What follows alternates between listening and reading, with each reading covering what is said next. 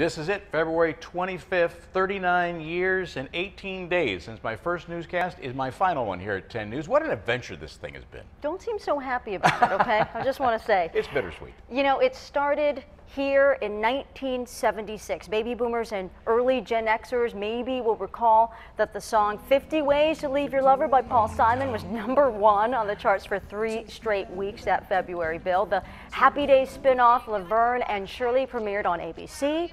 A young Olympic hopeful named Greg Louganis was perfecting his diving skills at Valhalla High School, El Cajon. And in fact, covering Greg's story was one of Bill's first assignments here. Now, I know, it's incredible, right? We're still getting questions from viewers. A lot of them want to know how you landed this job 39 years ago. Wow, I spent 5 years at the PBS station in Huntington Beach, KOCE Channel 50. And I heard there was a job opening here. I wanted to get into commercial broadcasting, right? In fact, the idea was to come to San Diego and then go to LA, right? Where the big bucks are. You got that.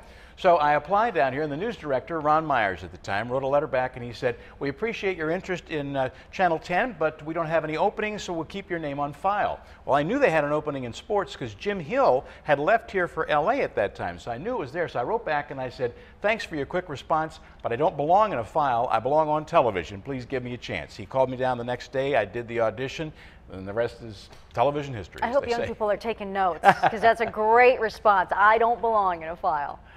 Yeah, anyway, former 10 News and News 8 anchor, actually, Hal Clement, was the sports director here at the time, kind of my boss in early '76. Yeah, and recently you two met. This was a surprise reunion on Monday, and he had some really interesting recollections about your first days on the job.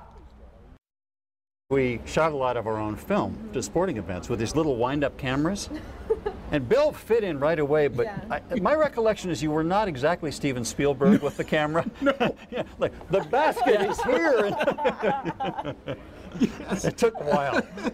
But that's the way it was back then. It was like, oh, you're in sports here. Here's a camera. Go shoot a game. Yeah. I have something that will alarm you. Do you realize that between the two of us, we spent 80 years in local TV news? How depressing is that? It's amazing. I just thought of that on the way down here. That's terrible. It is. That's a lot. Oh my goodness, it really is. So everything from the 70s callers to... There was a period where I was told to wear leisure suits on the air, and did.